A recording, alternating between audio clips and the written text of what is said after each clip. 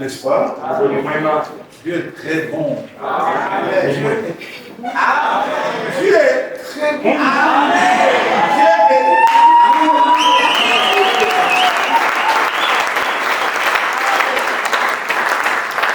Il reste Dieu. Qui a nul ne peut s'opposer à lui. Dans 1 Samuel chapitre 15, cette fois-ci, nous prenons le verset 23. Dernièrement, le frère Patrick nous a entretenu sur le verset 22. L'obéissance à la parole de Dieu. Et moi aujourd'hui je prends les versets suivants qui parlent de la désobéissance. Il est écrit ceci: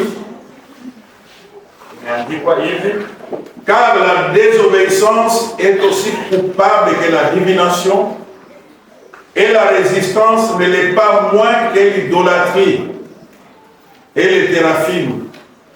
Puisque tu as rejeté la parole de l'Éternel, il te rejette aussi comme roi. Je reprends. Car la désobéissance est aussi coupable que la divination.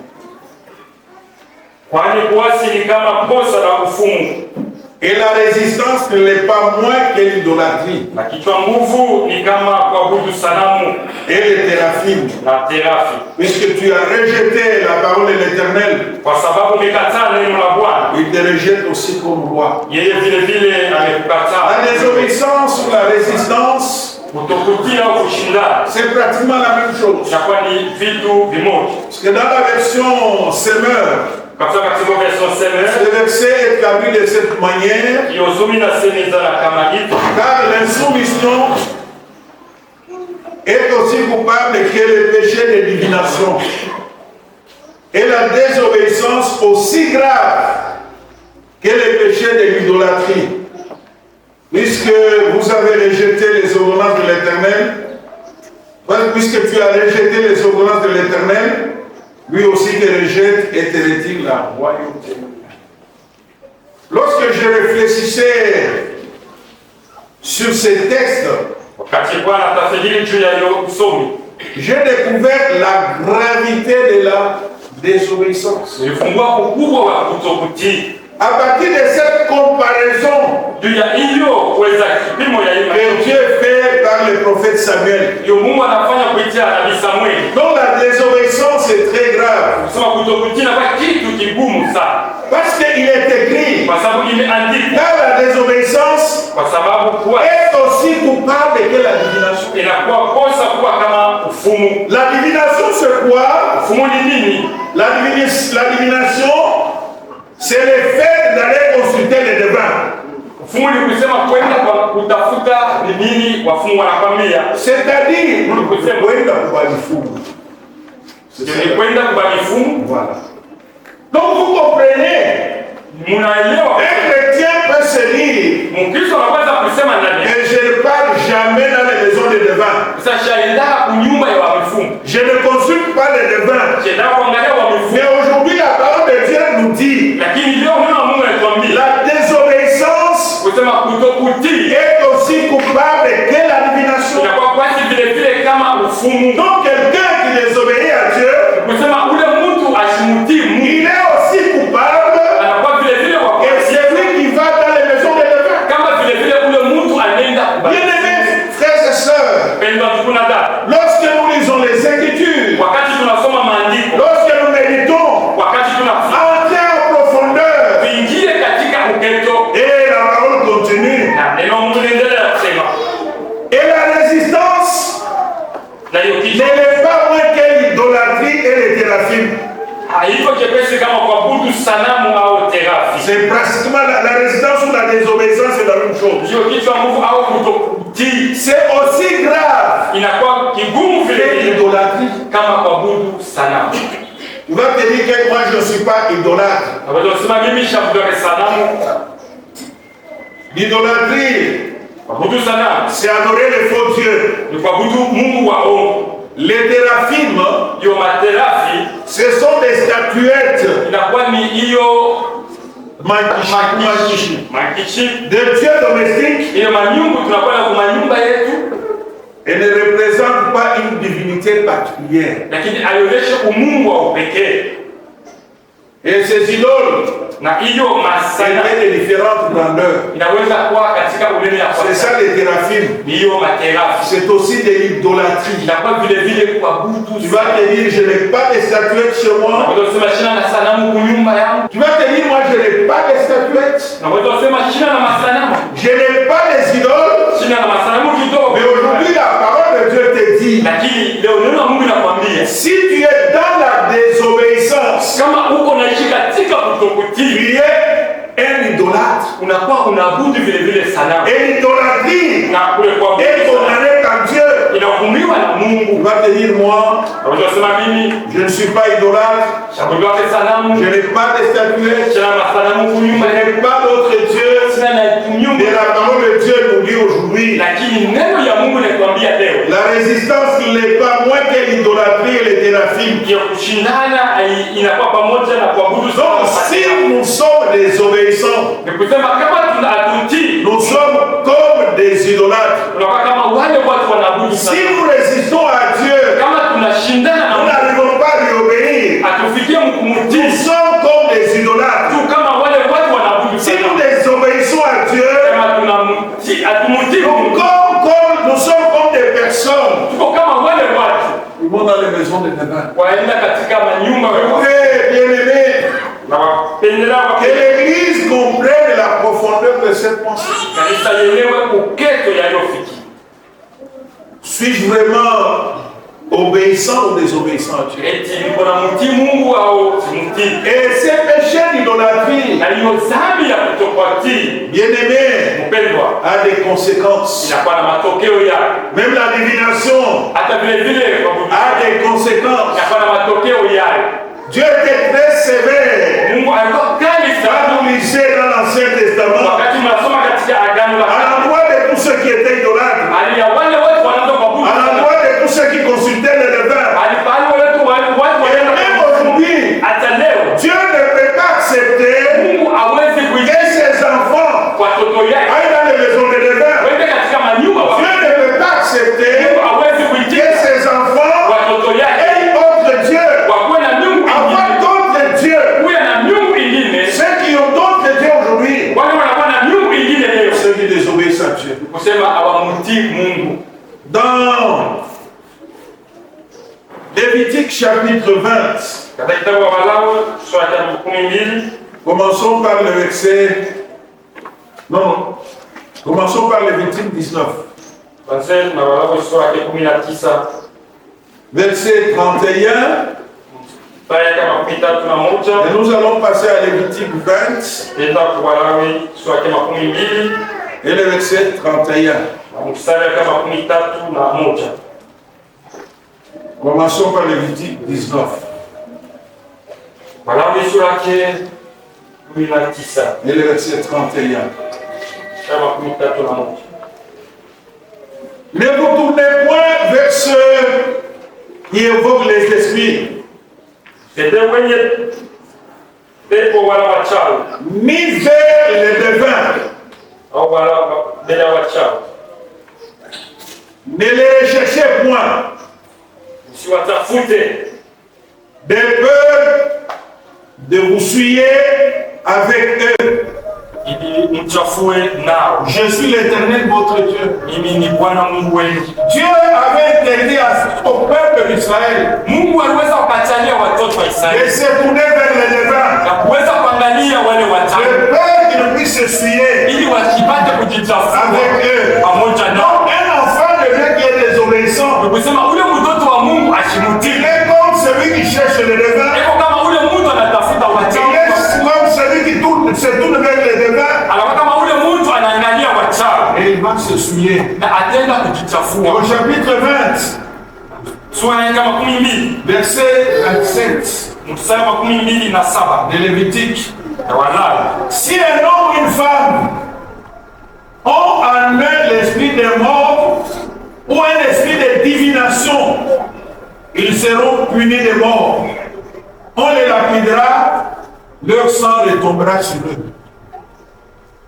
Si un homme ou une femme ont en eux l'esprit des morts ou un esprit de divination, ils seront punis de mort. On les lapidera, leur sang retombera sur eux. C'est pourquoi certains pays avaient compris. Ils avaient compris que les devins, les sorciers sont visibles à la société. Je crois qu'il faut le faire.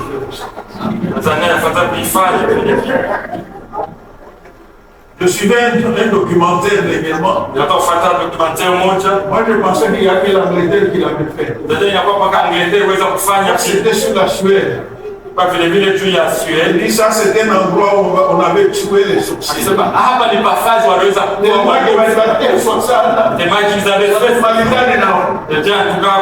Dieu est sévère. Ces gens-là qui avaient l'esprit, l'esprit de divination, on les mettait à mort. Mon frère et ma soeur, est-ce que tu veux être mis à mort? Parce que tu désobéis à Dieu. Parce que la désobéissance est coupable de la divination. C'est Dieu qui dit, si un homme ou une femme ont un esprit en eux, l'esprit de mort, ou un esprit de divination, ils seront punis de mort. On les lapidera, leur sang retombera sur eux. Dans Deutéronome, chapitre 18, et le verset 10, qui nous lisent les Écritures. Prenons garde, nous qui marchons dans la désobéissance à Dieu, c'est un péché grave. Dans Deutéronome 18, et le verset 10, la parole de Dieu déclare, on ne trouve chez toi personne qui fasse passer son fils ou sa fille par le feu, personne qui exerce le métier de devin, d'astrologue, d'augure et de magicien. On le trouve chez toi personne qui exerce le métier de devin. Malheureusement, il y a certains chrétiens qui continuent à consulter les devins. Quand les problèmes dépassent, il laisse d'abord le Seigneur, il laisse d'abord la parole de Dieu. Je dirais même qu'il a péché doublement. Le fait d'avoir désobéi, c'est comme s'il est allé chez le devin. Mais ensuite de la désobéissance, il va quand même dans la maison de devin. Il dit qu'on le trouve chez toi. Personne exerce le métier de devin. Prenez la profondeur de ce que Dieu a dit par Samuel. Et la désobéissance est aussi grave que la divination. Ce sont d'être légers. Marchons dans l'obéissance, de manière à ce que nous serons en règle avec Dieu. Et nous allons voir que même dans le Nouveau Testament, parlant de l'idolâtrie, on voyait vraiment les conséquences de cela. D'ailleurs, quand nous lisons Galates chapitre 5, verset 19 à 21, l'idolâtrie fait partie des œuvres de la chair. Et ceux qui pratiquent les œuvres de la chair ne peuvent pas hériter le royaume de Dieu. Disons Galates 5.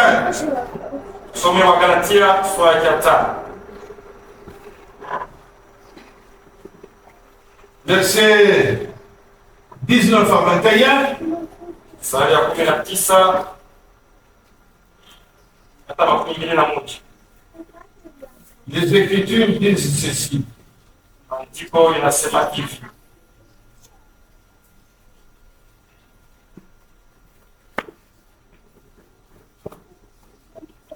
Oh, les œuvres de la chair sont manifestes. Ce sont les publicités, l'impureté, la dissolution, l'idolâtrie, la magie, les inimitiés, les querelles, les jalousies, les animosités, les disputes, les divisions, les sectes, l'envie, l'ivrognerie, les excès de table et les choses semblables. Je vous l'ai dit d'avance, comme je l'ai déjà dit, que ceux qui commettent de telles choses n'hériteront pas les royaumes de Dieu. L'idolâtrie, parce que la résistance ou la désobéissance est aussi grave que l'idolâtrie. Et l'apôtre Paul éclaire que ceux qui pratiquent l'idolâtrie n'hériteront pas le royaume de Dieu. Ceux qui pratiquent l'idolâtrie, ce n'est pas ceux seulement qui ont des statuettes, où ils ont d'autres occupations, qui plaident la place de Dieu. Ce sont ceux qui désobéissent à la parole de Dieu. Ils sont des idolâtres. Et ils ne peuvent jamais hériter le royaume. Bien-aimés, ne nous cachons pas derrière la grâce. Ne nous valons pas ou bien ne nous consolons pas avec la miséricorde de Dieu. Dieu est certes miséricordieux, mais le même Dieu, en passant par ses serviteurs, nous dit que les idolâtres n'hériteront pas le royaume de Dieu. Et la résistance ou la désobéissance est aussi grave que l'idolâtrie. Prenons garde, bien-aimés frères et sœurs. Marchons dans l'obéissance, de manière à ce qu'à la fin de temps, nous ne nous voyons pas rejetés dehors. Et dans 1 Corinthiens, chapitre 6, versets 9 et 11. 1 Corinthiens 6,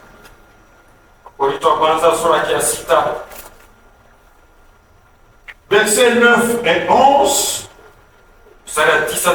Disons carrément de 9 à 11. Ne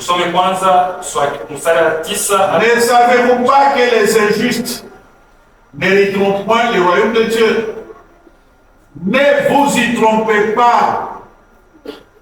Ni les impuniques, ni les idolâtres, ni les adultères, ni les efféminés, ni les infâmes, ni les voleurs, ni les cupides, ni les ivrognes, ni les outrageux, ni les ravisseurs n'hériteront.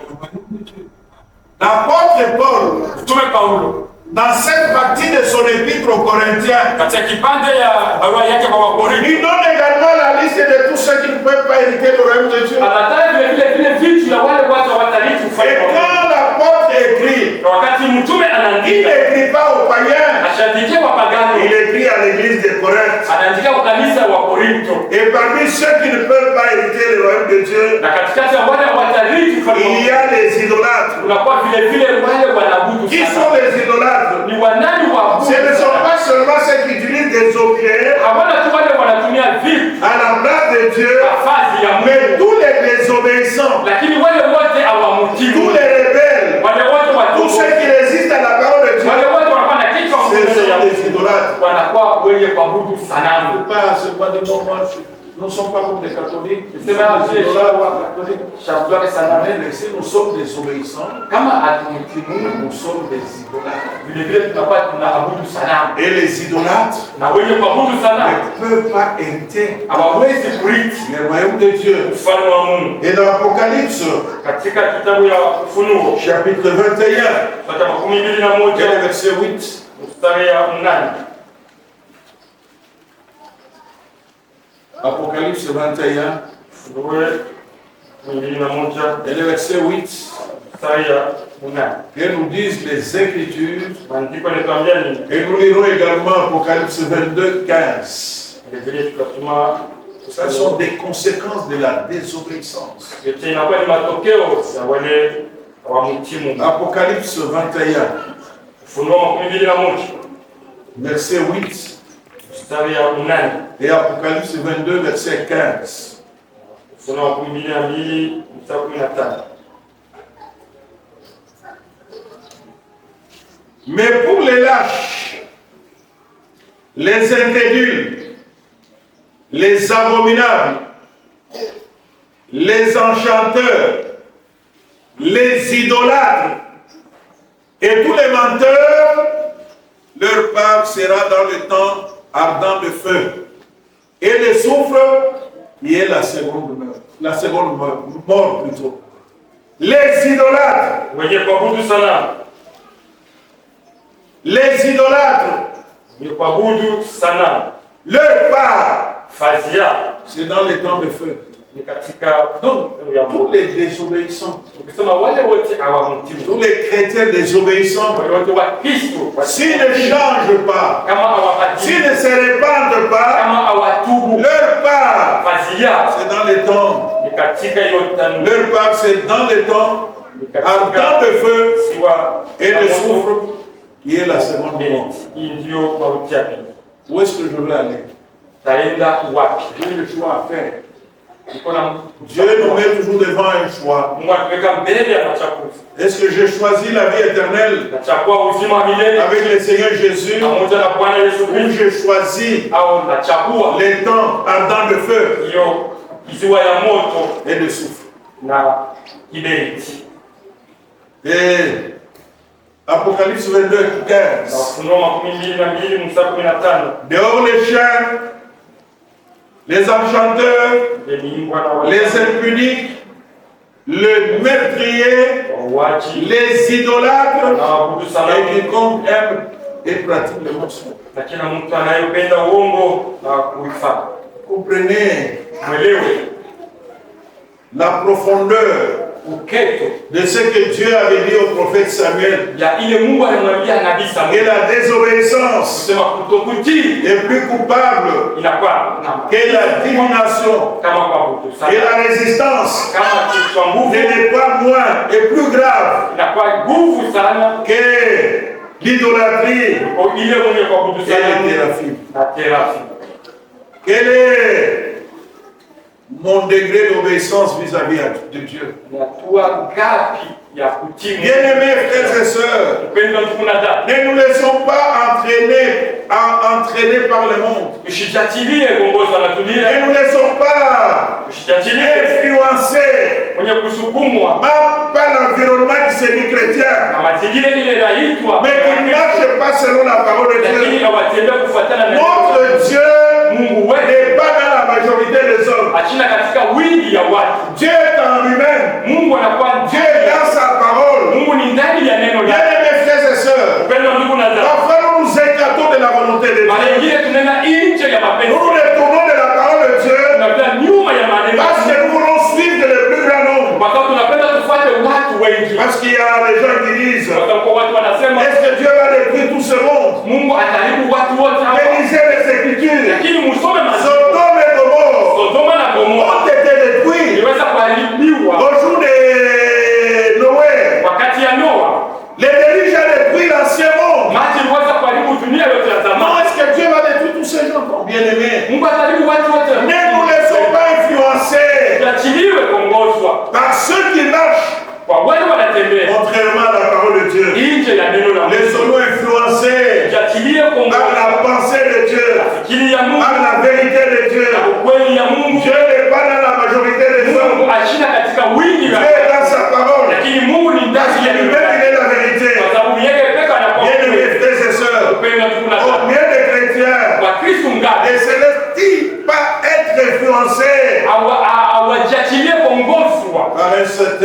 de gens, kupitia watu ils se disent wengine chrétiens. wanajiita kuwa N'est-ce Wakristo. pas que tout le monde le fait? Watu wengi wanafanya vile, Nous ne devons pas faire ce que tout le monde fait. lakini hatuwezi kufanya ile watu wote Nous devons wanafanya, faire ce que la parole de Dieu nous demande de faire. lakini tunapaswa kufanya ile neno ya Mungu inatuomba kufanya. C'est pourquoi quand vous lisez même dans Vile 1 Mungu Corinthiens 10:14, katika Korintho wa kwanza sura ya 10 mstari il dit wa 4 fuyez l'idolâtrie. anasema mkimbie. Autrement dit, Mara nyingine kusema fuyez la désobéissance. mkimbie kutokutii, Parce que la désobéissance kwa sababu est kutokutii plus coupable, est aussi coupable que l'idolâtrie. inapizwa vile vile kama kuabudu sanamu Non, les téraphimes au materafi, est aussi grave que l'idolâtrie. inakuwa vile vile ya nguvu kama kuabudu sanamu. Fuyons la désobéissance. Tukimbie kutokutii, Soyons des hommes kwa watu et des femmes obéissants. wanaume na wanawake wenye Même au mema, prix du sang. hata kwa bei ya damu, Même au prix du sang. hata kwa bei ya damu, Acceptons cela. tuichike ile À l'image de notre Seigneur Jésus, kupitia Yesu Kristo Bwana il wetu, s'est rendu obéissant ila uwezo kunyenyekeza jusqu'à la mort hata mwisho, et à la mort de la croix. hata kifo La mort sur la croix. kifo cha msalaba. Parce que pour nous permettre d'obéir, Kwa sababu ili tusaidie kutii, nous devons avoir le soubassement. tunapasha kuwa na hiyo msingi Le soubassement de notre obéissance, ya utiifu yetu. c'est d'abord la parole écrite de Dieu, Kwanza inakuwa ni neno yenye kuandikwa ya Mungu, qui est accessible à tout le monde. ile inakuya kwa mtu yeyote, Ceux qui peuvent la lire, wale wanaweza kuisoma, ceux qui peuvent la méditer, wale wanaweza kuitafikisha. c'est un soubassement sûr. Inakuwa msingi ya La parole écrite de Dieu. neno yenye kuandikwa ya Mungu. Qu'est-ce que je fais de cette parole? Ni nini nafanya na hiyo? Lorsque je l'ai médité personnellement, Wakati uweza tafikiri hiyo lorsque je l'ai neno, entendu wakati uweza au kuisikia, cours d'un sermon, wakati unaweza qu'est-ce que kuisikia, je fais de cette parole? naifanyia nini hiyo neno? Jacques dit, Kwa maana anasema nous ne devons pas nous limiter seulement à écouter la parole de Dieu. hatuwezi tu kubakilia kwa kusikia neno la Nous Mungu. n'allons pas nous borner seulement à l'écouter, Hatutabakia tu kwa kusikia, mais nous devons la mettre en pratique. lakini tunapasha kuyatumikia. Bien-aimés frères et sœurs, Mpendwa ndugu na dada, cela est très important ile inakuwa ya mafaa que nous comprenions cela. tuelewe ile Qu'est-ce que je fais ni nini nafanya de cette parole que j'entends, na hiyo neno nasikia que je reçois, napokea, qui est le soubassement ile inakuwa msingi de mon obéissance? ya utiifu yangu. Qu'est-ce que j'en fais? Nafanya nayo nini? Est-ce que je me limite seulement à l'écrire? Nabakia tu juu ya kuiandika, Je me limite seulement à l'écrire nabakia tu juu ya kuiandika dans les carnets katika karatasi et puis je yangu, vais ranger mon carnet quelque part kisha tena taweka fasi moja, alors que je dois ile sana pa méditer cette parole de Dieu tafikirio neno ya Mungu jour et nuit. usiku na mchana, C'est le soubassement. inakuwa msingi. La parole écrite de Dieu Neno yenye kuandikwa ya Mungu qui est accessible à tout le monde. ile inakuya kwa mtu wote, C'est pour cela ni kule qu'un chrétien, Mkristo c'est yoyote quelqu'un qui doit avoir du temps, ni ule anapasha kuwa na wakati, passer du temps à méditer la parole de Dieu, anapasha kupitisha wakati mingi akitafikiri neno la passer du Mungu, temps kupitisha wakati à réfléchir sur cette parole, na kufikiri juu ya hiyo neno, parce que cette parole est un miroir. kwa sababu hiyo neno inakuwa ni kio. Qu'est-ce que j'en fais? Nafanya nayo C'est le soubassement de notre obéissance. inakuwa ni msingi ya D'abord utiifu la ya parole écrite. ya kwanza ni Quand neno. je médite la parole de Dieu, Wakati natafsiri neno ya même Mungu, en la lisant, hata wakati je naisoma me mets dans mon esprit naweka katika et roho je suis à l'écoute de Dieu. na niko nasikia Mungu C'est kusema. Dieu que je suis en train d'écouter Ni Mungu niko nasikia au kusema travers de la parole, kupitia au neno, travers des Écritures. kupitia maandiko. C'est Dieu Ni Mungu que je suis en train d'écouter. niko nasikia. Ça, c'est le soubassement Ile inakuwa msingi principal ya de kwanza la parole écrite. ya sauti yenye roho. Lorsque je médite cette parole, Wakati natafsiri hiyo neno, et un point me touche, tamoya yanigusa, j'aurai la promptitude takuwa na haraka à mettre en pratique. ya kuweza kutumikia. Mais si je ne le fais pas, Lakini kama si ça devient une désobéissance. inakuwa kutokutii, Bien-aimés, tant que nous connaissons la vérité, upendo wakati wote tutajua ukweli. quelqu'un qui sait faire le bien Ule mtu anajua kufanya et mema ne le fait pas, lakini ashifanye, il pêche. anatenda Et sana. pour nous faire le bien, d'abord, Na tujue kutenda mema kwanza. c'est d'obéir à la parole de Dieu. Kutii neno la Mungu. D'abord ça. La kwanza ni La parole écrite. neno yenye kwanza. Que chacun dispose. Ni kila mmoja eko nayo. Pour ceux qui savent lire. Hata wale wanajua kusoma. Quel est notre soubassement Ni msingi gani qui ile nous permet également ile inatusaidia vile vile d'obéir à la voix de Dieu? kutii. Ce sont les autres moyens que Dieu utilise. Ni manamna ingine ile Mungu anatumia. En plus de la parole écrite, Ya kwanza na kwa neno lenye Dieu kuandikia, utilise Mungu anatumia la voix intérieure. sauti ya ndani. C'est souvent cette voix-là que les gens négligent. Ile sauti ile watu wana Parce que les gens, beaucoup de chrétiens, Sasa Wakristo wengi attendent toujours wako na tunaka tu entendre une grosse voix. asikie sauti ya nguvu. C'est moi Dieu qui parle. Mimi Mungu nasema. Il y a cette petite voix intérieure Lakini kuna pale sauti kidogo que ndani. Dieu utilise souvent. Ile Mungu anatumia. Je sais qu'il y a des gens qui ont reçu la grâce de Dieu. Najua kwa watu wanashopokea neema ya Mungu. Ils ont reçu la grâce de Dieu. Pokea neema ya Mungu. Qui peuvent entendre la voix audible du Saint-Esprit. Wanaweza kusikia sauti ya nguvu ya Roho Mtakatifu. Cela n'est pas donné à tout le monde. Lakini ile haipewe kwa watu wote. Dieu utilise souvent la petite voix Lakini Mungu anatumia hiyo sauti kidogo. qui est sous forme d'une pensée. Inakuwa kama fikiri moja. Lorsque notre pensée est éclairée, Wakati mafikiri yetu inaangaziwa, lorsque notre l'esprit est éclairé, wakati roho yetu inaangaziwa, on peut percevoir la voix de Dieu tunaweza kusikia sauti ya Mungu sous forme d'une pensée. kama fikiri moja. Vous n'avez jamais, c'est ce que parfois les gens du monde disent télépathie. Ndio watu wanasemaka telepati, Tu peux être là, sixième sens. Unaweza kwa pale, tu sens ndio unasikia. et l'ancien revient te vient à l'esprit. Mzee anaingia. Depuis quelques minutes après, l'ancien revient là. Kisha unamwona mzee hapo. Mais c'est l'esprit qui a parlé. Ni roho aliweza kuzungumzia. Exerçons cela. Tutumie Tu ile. n'as pas besoin. Tu Hauhitaji. peux sentir au-dedans de toi Unaweza kusikia ndani la yako. pensée forte. Ile fikiri kubwa. Il te dit, Nakwambia, va voir telle personne. wende umuone mtu fulani. Sans le savoir. Bila Mais kujua. tu sens seulement cette pensée. Unasikia Une forte pensée. sauti kubwa ndani yako. Tu te places. Tu vas voir la personne. Unaenda kumwona yule mtu. Tu lui dis, oh, tu viens d'arriver. Mais j'ai pensé à toi. Mimi naweza kuwaza.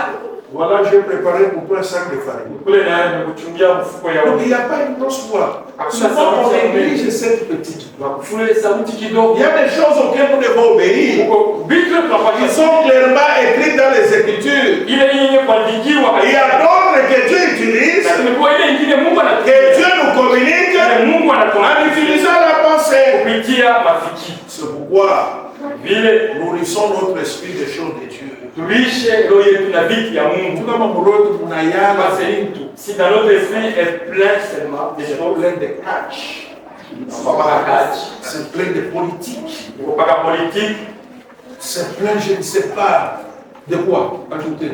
kuongeze ni mimi na jamu moyo. C'est plein de réseaux sociaux, Kuna réseaux sociaux, de vrais et de faux. ya vya kweli na vya On bongo. a pris l'homme intérieur. Tunaweka fujo. Ça sera difficile de percevoir la petite voix. Inakuwa kigumu kwa kusikia sauti kidogo. C'est plein de choses. Unayala mamodeli ya mabaya. Unayala magrifi ya makochi. Si c'est tout ce qui est plein Kama ni paka ile dans l'homme intérieur, ya kwa muda ça sera difficile itakuwa de kigumu percevoir la petite voix. ya kusikia ile sauti kidogo. Dieu parle à chacun.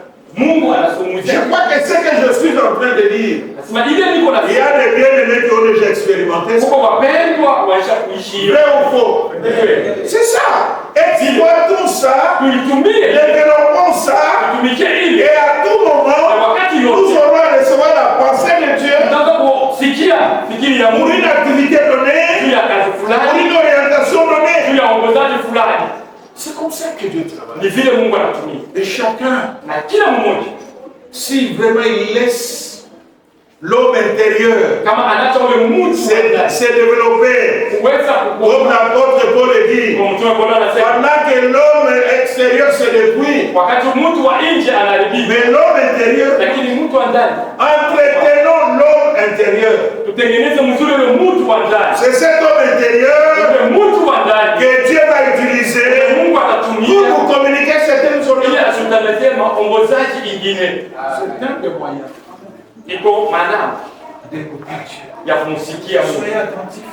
Tukue wasikilivu, C'est très important. iko ya mafaa.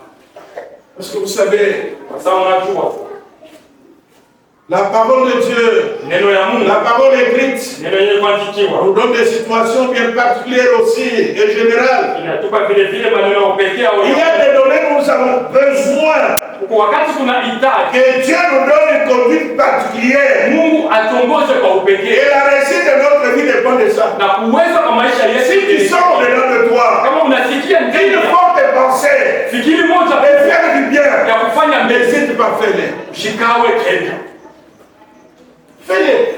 ulitende, La bénédiction en dépend. baraka yako itatokea hapo. C'est pour ça qu'à flamme tout carreau, Une petite flamme, saisis, chukua hiyo, shika ile na et tu verras. na utaona nini. Obéis. Kitu Si tu désobéis, lakini kama hautii, tu as des problèmes avec Dieu. pale utapata Ça, c'est maneno. aussi un moyen Biblia inakuwa ni que Dieu utilise ile Mungu pour nous anatumia communiquer sa ili volonté tutangazie mapenzi afin yake, d'obéir. ili tupate kutii. Les autres moyens Manamna que ingine Dieu utilise, ile Mungu anatumia ce sont les différents noms de révélation inakuwa vile vile maufunuo ya kuachana, que nous avons dans l'Église, ile tunakuwa na ndani les ya différents dons de l'Esprit mazawadi ya Mungu, que Dieu peut utiliser. ile Mungu anaweza La kutumia, parole de connaissance, ile neno ya ufahamu, la prophétie, unabii ainsi de suite. na ifuata Les dons de révélation ile mazawadi ya que Dieu peut aussi utiliser. ile Mungu anaweza kutumia. Dieu peut nous parler. Mungu anaweza Dieu kutumia, peut nous orienter Mungu anaweza en kutuongoza passant par quelqu'un d'autre, kupitia mtu mwingine, par la manifestation d'un don de révélation. kupitia kionyesho ya. Et lorsque nous recevons Wakati et nous tunageea sommes rassurés na tunahakikishiwa que c'est Dieu, kusema ni Mungu, obéissons. tutii. Voilà ce qui s'est passé avec David. Mwenele ilipitikana na Daudi Quand le roi David est tombé avec la femme du général Uri, wakati Daudi anaamka na bibi yake ya Dieu a parlé Mungu au alisema prophète Nathan. na nabii Nathan, Et le prophète Nathan est venu na nabii Nathan aliweza kuja vers David. mbele ya Daudi. Et quand David Wakati Daudi a réalisé, alielewa, il s'est repenti. alitubu, Il a obéi. alitii. Mais si David Lakini kama Daudi s'était endurci, aliweza kukatisha en moyo disant yake, que je suis roi, kusema niko je mfalme, peux faire n'importe quoi, aweza kufanya yote na Dieu Daudi, allait le frapper. Mungu aliweza kumpiga. Bien-aimés frères et sœurs, Ndio tuko na Daudi. dans les domaines d'obéissance, c'est important. Kutii inakuwa ya Dieu mafaa. met à notre disposition Mungu anaweka mbele yetu tous les moyens manamna pour yote nous éviter ili tupate d'être des kuepusha gens désobéissants. kwa watu wasipomtii. Et vous savez, Anajua Dieu avant même de frapper quelqu'un, Mungu hata mbele ya kupiga il prend d'abord le temps anachukua wakati à lui parler. ya kumzungumzia. Vous savez même, lorsqu'il arrive, Kuna wakati inafika et Dieu met à découvert Mungu anaweka wazi, publiquement anaweka wazi les péchés de quelqu'un,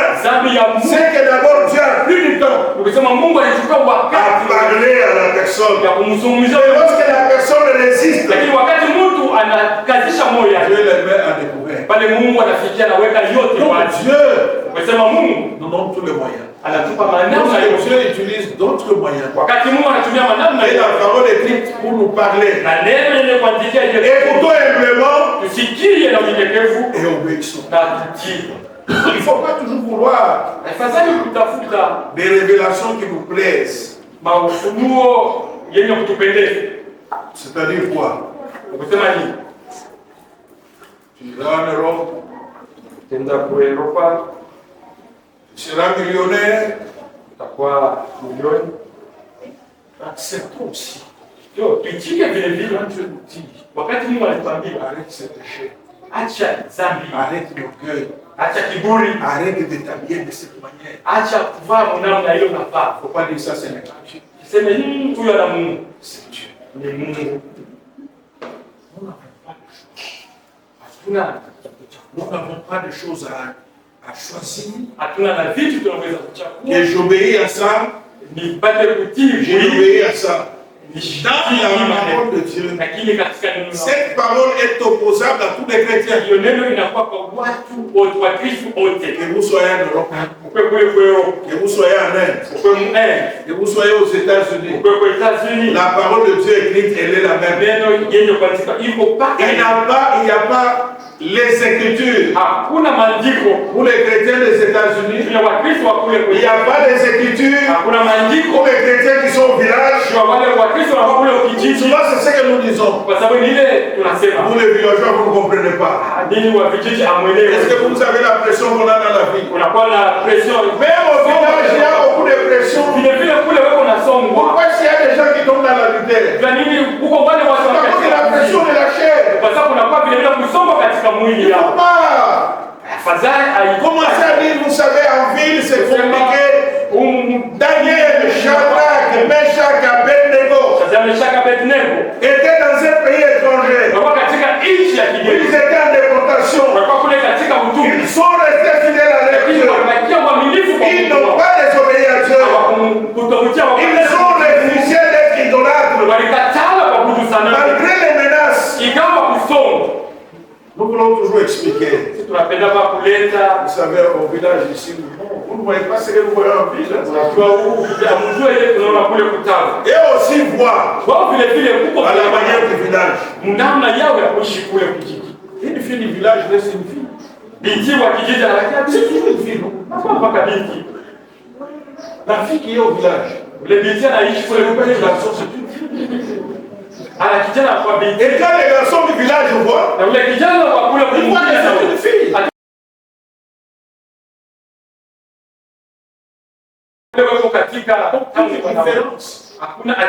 Peut-être l'une des différences, c'est que bon,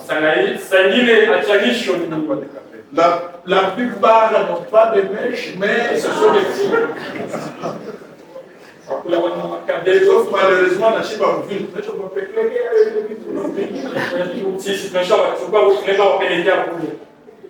et le reste, la fille. Un garçon reste un garçon. Vous savez, vous ne comprenez pas. Aux États-Unis, c'est autre chose. Ce sont les mêmes écritures. Dieu n'a pas adapté sa parole. Ceux qui sont de Lubumbashi, voilà les versets qu'il faut. C'est la même. Obéissons. Suivons la voie du Saint-Esprit. Et Dieu sera content. Il nous a donné l'une des conséquences de l'obéissance, c'est plaire à Dieu. Bien-aimé, qu'est-ce que je dois encore chercher dans ce monde si ce n'est que plaire à Dieu? À chaque seconde, à chaque minute, plaire à Dieu. Et quand Dieu est content de moi, qu'est-ce qu'il ne va pas faire? Faisons de manière à ce que Dieu soit content de nous. N'est-ce pas quand les parents sont contents d'un enfant, ils parlent de cet enfant partout. On voyait le petit junior ici. Même si on ne parle pas des enfants, il va trouver une occasion pour parler de Junior. Parce que Junior a un frère. Dieu a rendu témoignage de Job. En disant qu'il y a sur la terre aucun homme intègre comme Job. Pourquoi Dieu a témoigné? C'est parce que Job a plu à Dieu. Il était obéissant à Dieu. Si Job était désobéissant, Dieu n'allait pas rendre le témoignage à son bien-aimés frères et sœurs, restons obéissants à Dieu. Rejetons toute forme d'obéissance. Ne nous justifions pas trop en disant Je suis désobéissant à Dieu nishimutii Mungu parce que je n'ai pas de travail, kwa sababu sina na parce kazi, que je n'ai pas d'enfant, kwa sababu sina na parce watoto, que je n'ai pas ceci. Non, kwa sababu sina na kitu. restons obéissants à Dieu. Lakini tubakie Et watii. lui seul sait à quel moment Na peke yake anajua wakati il gani agit dans notre vie. anaweza kutenda mu maisha yetu. N'oubliez pas ça. Usisaulike ile La désobéissance kutokutii est aussi coupable que la divination. inakuwa vile vile nakuiza kama kwa Et la résistance na hiyo kichwa nguvu est plus grave que l'idolâtrie et l'hétéraphie. inakuwa kigumu kama kwa budu sanamu. Donc, on ne dit pas que je ne suis pas idolâtre. Sema usiseme shina Le moja. fait de marcher dans la désobéissance, Kutembea tu katika kutokutii c'est comme aller consulter le devin, kama kwenda kuona mfumo, c'est comme être un idolâtre. kama kwa vile vile mtu anayaka Nous connaissons les conséquences de cela. na tunajua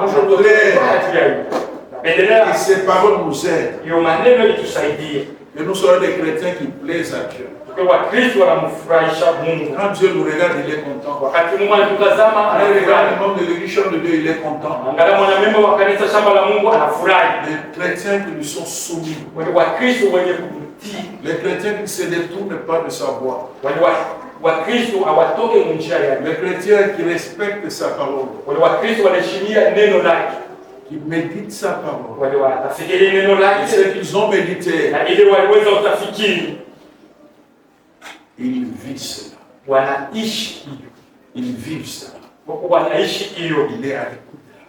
Eko mwenye msikilivu kuneno la Il Mungu, marche selon cette parole. anatembea kufuatana na hiyo neno, Quel que soit ce que les autres peuvent faire. ingawa ile watu wengine wanaweza kufanya. C'est pas pour rien qu'il y a ces gens qui disent Na kwa haikuwa ya bure, si mes amis s'en vont, kama marafiki qu'importe moi j'irai. wameniacha, Même si les amis m'abandonnent, hata marafiki wananiacha, moi je continuerai avec Dieu. mimi nitaendelea pamoja na Mungu. C'est pourquoi même les premiers disciples Vile wanafunzi avaient même accepté la prison walitika vile vile parce qu'ils tenaient kwa sababu à walishika obéir à leur Dieu. kutii Mungu. Jésus Yesu n'a jamais désobéi à son Père. kupitia hata mara moja, Et la conséquence, na kitokeo il a été glorifié. aliweza Et kutukuzwa. aujourd'hui, il est assis à la droite du Père. Leo katika mkono wa Ne Baba soyons pas de cela à qui le Seigneur dira tuchukue wale Baba atasema au dernier jour, je ne vous ai jamais connu. kwa mwisho kusema sikunifaa. Ne soyons pas sur la liste de ceux qui iront, Tuchukue makaratasi ya dont Bwana, la part sera dans les temps avant le feu. basi yale tabani tanuru ya moto, Soyons sur la liste lakini tuwe katika de ceux qui karatasi vont participer ya wale wataweza aux noces de l'agneau. katika karamu ya Obéissons à kutii Dieu. Mungu. Le premier soubassement, Ile msingi ya le kwanza, support principal, ile msingi ya kwanza c'est la parole écrite. ni neno. Et Dieu utilise la pensée intérieure, Wanatumia notre voix intérieure, sauti yetu ya ndani pour nous parler. ili apate Dieu tuzungumzie. peut utiliser d'autres moyens, Mungu anaweza kutumia le maneno nom du mengine Saint-Esprit. ya Roho Mtakatifu. Dès lors que nous sommes rassurés Wakati tunahakikishiwa que ça vient de Dieu, kusema inatokea kwa Mungu, lançons-nous. tupendane. Ce qui vient des révélations extérieures, Inatokea katika ufunuo ya dini, nous devons toujours discerner. tunapaswa kuweza kuangalia, Nous devons toujours examiner, tunapaswa kuitazama mtu, prendre ce qui est bon kuweza kubeba et ce qui est mauvais, on na laisse. mbaya tunaacha.